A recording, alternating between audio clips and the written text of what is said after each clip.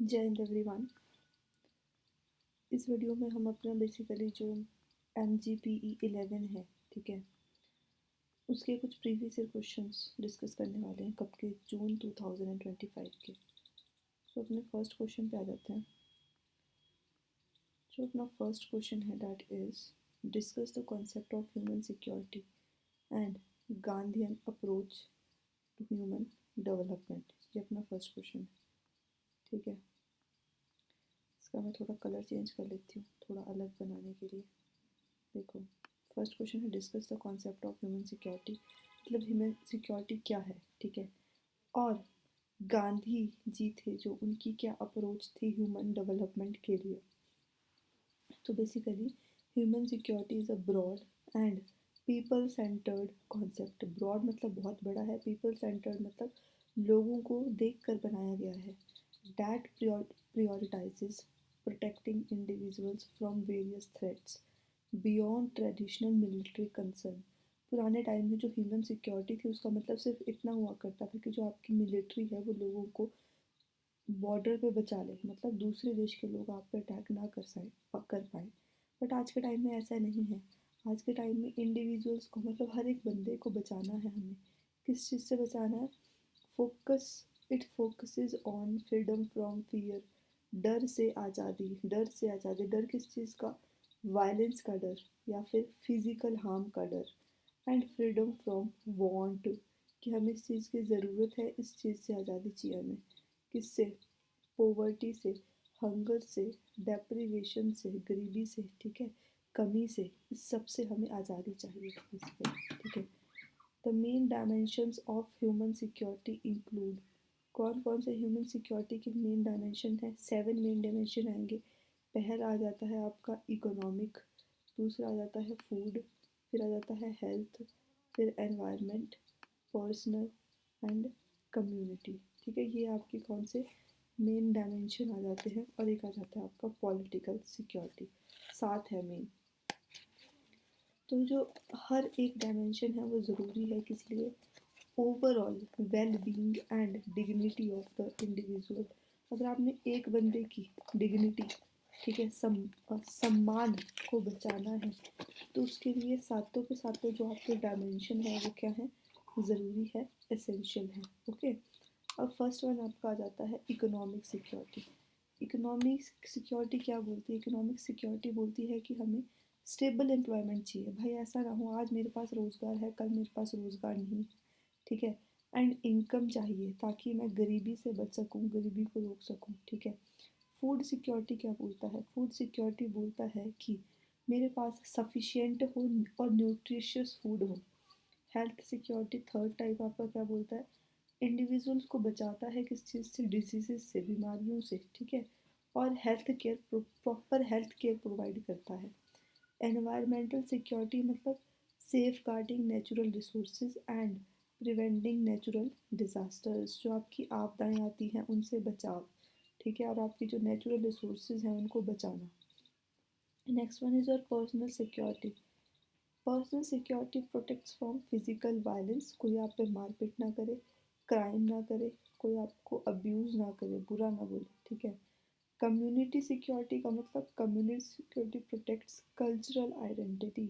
मतलब जिस कम्युनिटी में आप रह रहे हो, जिस भी समाज में आप रह रहे हो, वो आपके कल्चर को माने, ठीक है। सोशल कोहेजन, आपके कल्चर को माने और उसको एक्सेप्ट करे, दबाने की कोशिश ना करे, ठीक है। पॉलिटिकल सिक्योरिटी क्या बोलता है? ह्यूमन राइट्स के बारे में बात करता है, रूल ऑफ लॉ के बारे में बात करता है और डेमोक्रेटिक फ्रीडम्स के बारे में बात करता है। ये हो गया हमारा कॉन्सेप्ट ऑफ ह्यूमन सिक्योरिटी क्या था। अब बात करते हैं गांधीयन अप्रोच की। The Gandhian approach to human development is holistic, combining material progress, ठीक है। क्या बोल रहे हैं? काफ़ी लंबी चौड़ी है, मतलब बेसिकली जो गांधीयन अप्रोच है ह्यूमन डेवलपमेंट की, वो कहती है कि मटेरियल प्रोग्रेस तो ज़रूरी है ही है, मतलब मटेरियल तो हमें चाहिए ही चाहिए, ठीक है। बट हमें मॉरल, सोशल और स्पिरिचुअल ग्रोथ भी करनी है, ठीक है।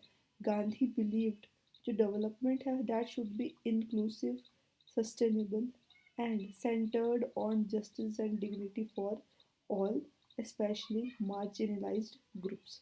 क्या मानना था उनका कि जो आपकी डेवलपमेंट है वो सबके लिए होनी चाहिए और सस्टेनेबल होनी चाहिए, मतलब लंबे समय तक चलनी चाहिए, जिसका जो सेंटर होगा वो क्या होगा, जस्टिस होगा और सबको सम्मान आदर मिलेगा, ठीक है, स्पेशली किन लोगों को, जो मार्जिनलाइज हैं, पिछड़े हुए लोग हैं, ठीक है, उन लोगों को।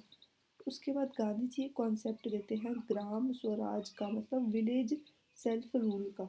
इसका मतलब है कि डिसेंट्रलाइजेशन होनी चाहिए, मतलब पावर सिर्फ सेंट्रल गवर्नमेंट के हाथ में नहीं होनी चाहिए, लोकल गवर्नमेंट के हाथ में भी पावर होनी चाहिए।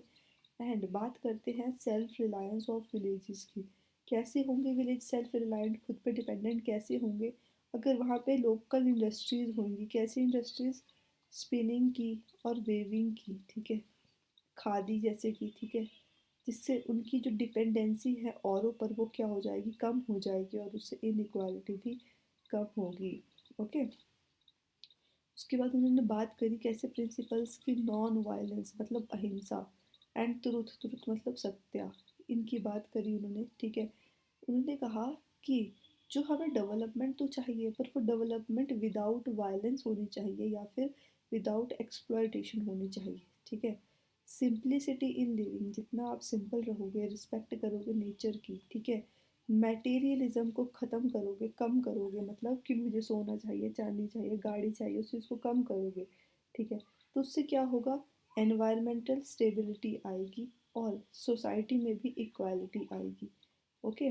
उसके बाद एजुकेशन, उनका मानना था कि एजुकेशन सबसे ज़्यादा इम्पॉर्टेंट है, ठीक है, जिससे मॉरल वैल्यूज़ आए, सेल्फ रिलायंस आए और लोग क्रिटिकल थिंकिंग करने लगे। क्रिटिकल थिंकिंग मतलब लोगों में सोचने विचारने की क्षमता हो, सही गलत पहचानने की क्षमता हो, ठीक है। अनलाइक कन्वेंशनल डेवलपमेंट, मतलब पुरानी जो डेवलपमेंट होती है उसकी तरह नहीं, ठीक है। उन्होंने फोकस किया, जो पहले वाली डेवलपमेंट होती थी वो सिर्फ फोकस करती थी किस पे, इकोनॉमिक इंडिकेटर्स पे। इकोनॉमिक इंडिकेटर्स मतलब जीडीपी वगैरह पे, ठीक है। बट गांधी जी ने फोकस किया किस पे, ह्यूमन डिग्निटी पे, कल्चर को बचाने पे, पीसफुली एक दूसरे के साथ रहने में, ठीक है। उसके बाद उन्होंने कहा कि जो उनका अप्रोच है वो किससे जुड़ा हुआ है, उनका अप्रोच जुड़ा हुआ है फ्रीडम फ्रॉम फियर, फियर मतलब वही वायलेंस से, ठीक है, बचाव, एंड वांट, वांट मतलब गरीबी ना हो, हंगर ना हो, डेप्रिवेशन ना हो, ठीक है। प्रमोट करो सोशल हार्मनी, मतलब लोग आपस में एक दूसरे के साथ ढंग से रहें और हर एक बंदे को नौकरी प्रोवाइड करो ताकि वो अपनी ज़िंदगी अच्छे से जी सके। इन द कॉन्टेम्प्रेरी कॉन्टेस्ट, अगर हम आज के टाइम में बात करते हैं तो Gandhi and human development offer solutions to global problems, कि अगर आप गांधी जी के अकॉर्डिंग ह्यूमन की डेवलपमेंट करोगे ना, तो जो आपकी ग्लोबल प्रॉब्लम्स हैं लाइक इनइक्वालिटी, एनवायरमेंटल डिग्रेडेशन, ठीक है, सोशल इनजस्टिस, ठीक है, इन सब के खिलाफ भी आप क्या कर सकते हो, स्टेप उठा सकते हो। तो ये था अपना first question. Okay, I hope it would be clear. Second question देखते हैं, explain the state violence in India. ये सारे क्वेश्चन पूछे जा चुके हैं किसमें, जून 2025 इसी साल के पेपर में। किस चीज़ का पेपर था, जो आपका ह्यूमन सिक्योरिटी का पेपर आता है, MGPE 110011 ना, उसमें, ठीक है। सेकंड क्वेश्चन में आ जाओ। सेकंड क्वेश्चन क्या बोलता है, explain the state violence in India. State violence India में कैसी है, ठीक है। तो स्टेट वायलेंस क्या होती है, जो हार्मफुल एक्शंस ले जाते हैं गवर्नमेंट अथॉरिटीज़ के द्वारा, जिनका एम होता है कंट्रोल करना और दबाना लोगों को, सिटीजन्स को फोर्स के थ्रू, ठीक है। In India state violence manifest as police brutality. India में हम स्टेट वायलेंस देखते हैं किस रूप में देखते हैं, जो पुलिस हमारे साथ बुरा बर्ताव करती है, ठीक है। जब अगर हम प्रोटेस्ट करें तो हमारे ऊपर जो डंडा चलाया जाता है, एक्सेसिव फोर्स दिखाई जाती है, ठीक है। कस्टडी में डाल के टॉर्चर किया जाता है जिससे लोग मर भी जाते हैं कभी कभी, ठीक है। मिलिट्री या फिर पुलिस जब हमारे ऊपर बहुत बुरे तरीके से कोई ऑपरेशन चार्ज करती है, तो ये सब क्या है, हमारे देश में स्टेट वायलेंस के तरीके हैं। It disproportionately affects marginal groups. Basically इससे ज़्यादा अफेक्ट कौन होता है, जो लोग गरीब होंगे, मार्जिनलाइज्ड होंगे, जैसे कि Dalit, tribal people, religious minorities and political activist, ठीक है। अब ये तो था कि स्टेट किस तरह से करती है। अब डायरेक्ट वायलेंस किस तरह से होता है? Direct violence include physical harm, ठीक है, आर्बिट्ररी अरेस्ट मतलब जानबूझ के बेवजह से अरेस्ट कर लेना, यूज ऑफ लिथाल फोर्स, फोर्स का इस्तेमाल करना, ये तो था आपका डायरेक्ट वायलेंस। इनडायरेक्ट वायलेंस क्या होता है? डिस्क्रिमिनेटरी लॉज मतलब मेरे को और किसी दूसरे कैदी को अलग अलग तरीके से ट्रीट करना, पॉलिसीज एंड सिस्टमिक रिप्रेशन मतलब जो सिस्टम ही हमें दबाता है, ठीक है। पहला हमने पढ़ा डायरेक्ट वायलेंस जो फिजिकल हार्म के रूप में था, आर्बिट्ररी अरेस्ट था या फिर हमारे ऊपर फोर्स का यूज़ था। दूसरा हमने पढ़ा इनडायरेक्ट वायलेंस मतलब डिस्क्रिमिनेशन होना एक कैदी और दूसरे कैदी के बीच में। अब आ जाता है आपका स्ट्रक्चरल वायलेंस मतलब सोशल सिस्टम ही ऐसा है कि इनइक्वालिटी और ऑपरेशन होगा, ठीक है। In regions like Kashmir, Northeast India, areas affected by Maoist insurgencies, security forces have been accused of human rights violations like disappearances and torture. ठीक है, कौन कौन से एरिया में? कश्मीर में, नॉर्थ ईस्ट इंडिया में एंड जहाँ पे माओइस्ट इंसर्जेंसीज होती है मतलब माओइस्ट के लोग घुसपैठ करते हैं, ठीक है। वहाँ पे अक्सर ये देखा गया है कि जो सिक्योरिटी फोर्सेस हैं वो ह्यूमन राइट्स का वायलेशन कर देती हैं, ठीक है। Legal framework such as the Armed Force Special Powers Act provided security force broad powers that have led to abuse and impunity। तो क्या कहा हमने कि हमारे देश में ही कानून ऐसे हैं जो arm forces special power act है, ठीक है, मतलब आर्म्ड फोर्सेस को स्पेशल पावर्स दी गई हैं, ठीक है। उसकी वजह से जो सिक्योरिटी फोर्सेस हैं वो क्या करती हैं? हमारा अब्यूज़ करती हैं, हमें मारती पीटती हैं, गाली गलौज करती हैं, ठीक है। Just give me a second. Okay, चलो। State violence undermines democratic values मतलब जो डेमोक्रेसी है ना उसको वो नीचे कर देती है। कैसे? इरोडिंग सिविल लिबर्टीज लोगों की आज़ादी छीन कर, फॉस्टरिंग फियर लोगों के मन में डर भर कर, weakening trust in state institutions मतलब हम पुलिस को देख के डरते हैं भाई, हम पुलिस को देख के सेफ फील नहीं करते। अब इसके कॉजेज़ क्या है, ठीक है। इस जब लोग मेंटेन करने की कोशिश करते हैं law and order, counter terrorism and suppress dissents, but often escalate tensions and conflict. Addressing state violence requires strengthening rule of law। अगर आपको स्टेट वायलेंस को कम करना है तो आप क्या कर सकते हो? रूल ऑफ लॉ को स्ट्रेंथन करो, अकाउंटेबिलिटी मैकेनिज्म्स लेके आओ मतलब उसके लिए रिस्पॉन्सिबल कौन है भाई? अगर किसी के साथ ऐसा हो रहा है तो who is the responsible? Protecting human rights and promoting inclusive governance that respects diversity। इन सब मेजर्स के बिना, ठीक है, जो स्टेट वायलेंस है वो ऐसे ही चलती रहेगी और जो आपकी वल्नरेबल पॉपुलेशन है मतलब नाजुक लोग हैं जिनके हाथ में पावर नहीं है उनको ही इसका परिणाम भुगतना पड़ेगा। Okay, clear? चलो नेक्स्ट देखते हैं। Explain gender inequality as a reflection of structural violence, ठीक है। जेंडर इनक्वालिटी की बात करते हैं किसके बेस पे? स्ट्रक्चरल वायलेंस के बेस पे।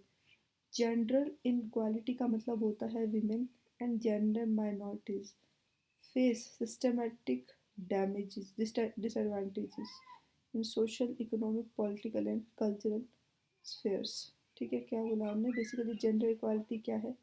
जो आपकी विमेन है और जो आपकी जेंडर माइनॉरिटीज़ है, ठीक है, उन लोगों के लिए एक तरह से डिसएडवांटेज है। किस फॉर्म में डिसएडवांटेज? सामाजिक में भी, इकोनॉमिक में भी, पॉलिटिकल में भी और कल्चर में भी, ठीक है। It reflects structural violence. Structural violence मतलब जो आपके स्ट्रक्चर में ही घुसा हुआ है, मतलब आपके लॉज, आपके इंस्टीट्यूशंस एंड कल्चरल नॉर्म्स, ठीक है, ये सब किसके हाथ में है? पैट्रियार्कल पावर है, इसीलिए डिस्क्रिमिनेशन होता है। मतलब पैट्रियार्कल मतलब मर्दों के हाथ में है, ठीक है, और यही रीज़न है कि डिस्क्रिमिनेशन होता है। women have less access to education। women के पास एजुकेशन का एक्सेस कम है, हेल्थ केयर का एक्सेस कम है, एम्प्लॉयमेंट कम है, डिसीजन मेकिंग कम है। क्यों? क्योंकि उनकी सोसाइटी उनसे कुछ और एक्सपेक्ट करती है, ठीक है। उनके बारे में स्टीरियोटाइप्स हैं कि लड़कियां तो यार खाना बनाती अच्छी लगती हैं, तो ये क्या है, स्टीरियोटाइप है। ठीक है। उसके बाद economic disparities force many women to into low paying insecure jobs and limited financial independence। ठीक है। बेसिकली इकोनॉमिक इनडिस्पैरिटीज है, मतलब वेमेन को सेम वर्क के लिए कम सैलरी दी जाती है। ठीक है, जिसकी वजह से उनकी जॉब क्या है, सिक्योर भी नहीं है अगर वो कुछ बोलें तो। और उनकी जो इंडिपेंडेंस है, फाइनेंशियल इंडिपेंडेंस है, वो लिमिट है। ठीक है। Dowry, child marriage, son preference and restrictions on mobility reinforce unequal treatment. इन सब की वजह से उनको क्या मिला है, अनइक्वल ट्रीटमेंट मिला है। नेक्स्ट आता है आपका gender based violence, including domestic abuse and sexual harassment in a direct outcome of that structural violence। Gender based violence, ठीक है, कौन कौन सा, आपका डोमेस्टिक अब्यूज भी और सेक्सुअल हरासमेंट भी। ठीक है, ये डायरेक्ट आउटकम है किस चीज़ का, स्ट्रक्चरल वायलेंस का। The marginalisation of women affects their physical and mental health. ठीक है, मार्जिनलाइजेशन ऑफ वुमेन, उसकी वजह से किस किस पे इफेक्ट पड़ता है, उनकी फिजिकल और मेंटल हेल्थ पे, ability to participate socially and overall empowerment. Structural violence की वजह से क्या होता है, पोवर्टी और इनइक्वालिटी भी आती है। ठीक है, क्यों, क्योंकि आप क्या करते हो, लिमिट कर देते हो अपॉर्चुनिटीज़ को एंड फ्रीडम को। To reduce gender inequality societies must reform. अगर जेंडर इनइक्वालिटी को कम करना है तो सोसाइटी को जो हमारे भेदभाव वाले लॉ है, डिस्क्रिमिनेटरी लॉज हैं, उनको क्या करना पड़ेगा, बदलाव लाना पड़ेगा। Promote gender sensitive policies, enhance educational and economic opportunities for women and challenge harmful social norms. अगर आप वीमेन को क्या करोगे, एम्पावर करोगे, तो उसके अलग ही बहुत ज़्यादा सोशल बेनिफिट्स हैं। ठीक है, तो क्या होगा, आपकी इंक्लूसिव डेवलपमेंट, मतलब सबके साथ में डेवलपमेंट होगी और सोशल जस्टिस भी होगा।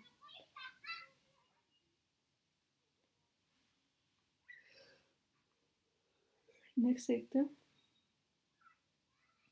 Examine the importance of human security and peace building. बताओ ह्यूमन सिक्योरिटी का क्या इंपॉर्टेंस है, पीस बिल्डिंग का क्या इंपॉर्टेंस है। ठीक है, यार ह्यूमन सिक्योरिटी ज़रूरी है किसके लिए, पीस बिल्डिंग के लिए। क्यों, क्योंकि जो आपकी फंडामेंटल नीड्स हैं उसको पूरा करती है क्या, ह्यूमन सिक्योरिटी। अगर ये नहीं होगी तो ऑब्वियस सी बात है पीस भी बिल्ड नहीं होगी। ठीक है, it includes ensuring economic stability. क्या क्या आता है इसमें, इसमें बोलते हैं कि यार इकोनॉमिक स्टेबिलिटी होगी, फूड होगा, हेल्थ होगा, इनकी सिक्योरिटी होगी, प्रोटेक्शन होगी वायलेंस से, एंड प्रिजर्वेशन होगी किसकी, पॉलिटिकल एंड कम्युनिटी राइट्स की। ठीक है, peace building involves processes aimed at resolving conflicts. Peace building का मतलब क्या है कि यार अगर आप कन्फ्लिक्ट को क्या कर रहे हो, रिजॉल्व कर रहे हो, कैसे, डायलॉग, बातचीत से, जस्टिस से, रिकन्सिलिएशन मतलब सुलह से, एंड इंस्टीट्यूशन बिल्डिंग से। ठीक है, मतलब मान लो आपने कोई ऑर्गेनाइजेशन बना दी कि भाई कोई भी दिक्कत परेशानी आएगी तो यहाँ आके चर्चा करेंगे हम। ठीक है, ये रूट कॉज, जैसे कि आपका इनइक्वालिटी हो गया, एक्सक्लूजन हो गया, सोशल इनजस्टिस हो गया, इस पे दबाव डालता है। उसके बाद पोस्ट कन्फ्लिक्ट, मतलब किसी कन्फ्लिक्ट के बाद peace building force focuses, peace building किस पे काम करता है, रिस्टोरिंग ट्रस्ट पे, रिहैबिलिटेटिंग विक्टिम्स, जो लोग जिन्होंने सफ़र किया है उनको रिहैबिलिट करना, मतलब दोबारा से घर देना, गवर्नेंस में रिफॉर्म करना। ठीक है, और इंफ्रास्ट्रक्चर को दोबारा रीबिल्ड करना। Human security strengthens social cohesion and creates inclusive spaces where diverse groups can coexist peacefully. Governments, civil society, and international agencies play a key role in implementing human security measures that prevent relapse into violence. उसके बाद sustainable peace depends on integrating social justice, equality, and human rights into peace building policies.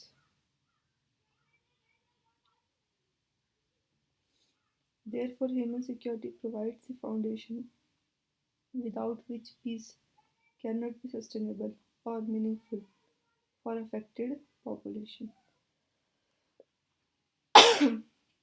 We have discussed 4 questions. Next 6 questions we will discuss in the next video. Okay, thank you. Stay connected.